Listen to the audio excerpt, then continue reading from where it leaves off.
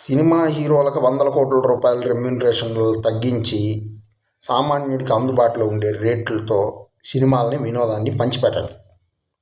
ఇదే ప్రజలందరూ కోరుకుంటూ ఉంటుంది. సినిమా హీరోలకి ఒక్కొక్కరికి 70 కోట్లు, 80 కోట్లు, 100 కోట్లు, 200 కోట్లు ఎందుకు? ఏం చేసుకునేదానికి వాడా డబ్బులు? అదే సమాజంలో ఉండేటువంటి డబ్బంతా ఒక వ్యక్తి చేతిలోకో కొంతమంది వ్యక్తుల చేతుల్లోకి మాత్రమే వెళ్ళిపోతే సమాజానికి ప్రమాదకరము. ఇదే విధంగానే పూర్వకాలంలో భూస్వామ్య వ్యవస్థలు అనేవి ఉన్నాయి. ఈ భూస్వాములు అనే వాళ్ళే వందల ఎకరాలు, వేల ఎకరాలు భూములు పెట్టుకొని ప్రజల్ని పీడించుకొని తింటూ ఉన్నారు. వాళ్ళని బానిసలుగా చేసుకొని, కూలీలుగా చేసుకొని. ఇది ప్రమాదం అన్నమాట సమాజానికి. సామాజిక అభివృద్ధి అనేది జరగదు ఈ విధంగా ఉంటే. ఈ 100 కోట్ల రూపాయలు ఇచ్చేది తగ్గించండి రెమ్యూనరేషన్. ఏం వాళ్ళు చేసేటువంటి పనికి ఏమి అంత పని ఏం చేసేస్తారు సినిమా వాళ్ళు, సినిమా నటులు, నటీమణులు? అందరూ కష్టపడినట్లే కదా, వాళ్ళు కూడా కష్టపడి నటిస్తారు, సరే పని చేస్తారు, అంతే కదా. దానికి తగిన ప్రతిఫలం ఇవ్వండి అంతే.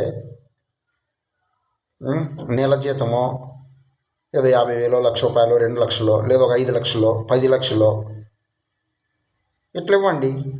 100 కోట్ల రూపాయలు వాళ్ళకి ఇచ్చి ప్రజలను ఎందుకు పీడించుకొని తినేది? ఈ డబ్బంతా ప్రజలదే కదా, సమాజందే కదా. ఈ సంపద అంతా సమాజానికి ఉపయోగపడే విధంగా ప్రభుత్వాలు చర్యలు తీసుకోవాలి. ఈ సినిమా ఇండస్ట్రీలు అనేటువంటి వాటిని నియంత్రించాలి. వీటి మీద నియంత్రణ అనేది ఉండాలి ప్రభుత్వానికి. సినిమాలు తీసేది కూడా చిత్రీకరించే సమాజానికి ప్రమాదకరంగా, అశ్లీలంగా సినిమాలను చిత్రీకరించకూడదు అనేటువంటి చట్టాలను తీసుకొని రావాలి. అప్పుడు వీళ్ళకి బుద్ధి ఉంటుంది. పసిపిల్లకాయలు సంసారాలు చేసుకునేటువంటి ఆడపిల్లకాయలు, ఇళ్లలో ఉండే ఆడవాళ్ళు కూడా ఈ సినిమా పైత్యంలో పడి బట్టలు ఇప్పేసి గెంతులేసి ఎగరుతూ ఉంటారు తైతక్కలాడి. ఈ రీల్స్ అనేసి, షార్ట్ వీడియోలు అనేసి, రీల్స్ అనేసి వీటి వ్యామోహంలో పడిపోయి అంతా ఈ సినిమా పైత్యమే.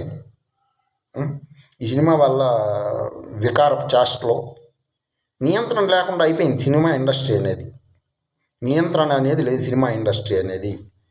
దీన్ని కట్టడి చేయాలంటే ప్రభుత్వం చొరవ తీసుకోవాలి. ప్రభుత్వం ఈ సినిమా ఇండస్ట్రీకి బెత్తం దెబ్బలు కొట్టాలి. చాలా ఉంది, చాలా మార్పులు తీసుకొని రావాల్సింది ఉంది సినిమా ఇండస్ట్రీలో. ఆలోచించండి, పెద్దలందరూ ఆలోచించండి, కోర్టులు ఆలోచించాలి. వీటి గురించి ఖచ్చితంగా కఠిన చర్యలు, నియంత్రణ అనేవి అమల్లోకి రావాలి. ఈ సెన్సార్ బోర్డు అనేది ఉంది. అసలు సెన్సార్ బోర్డు వాళ్ళకి మైండ్ పనిచేస్తూ ఉందో లేదో కూడా తెలియదు. వాళ్ళకి అసలు ఇంకిత బుద్ధి, ఇంకిత జ్ఞానం అనేది ఉందో లేదో కూడా తెలియదు.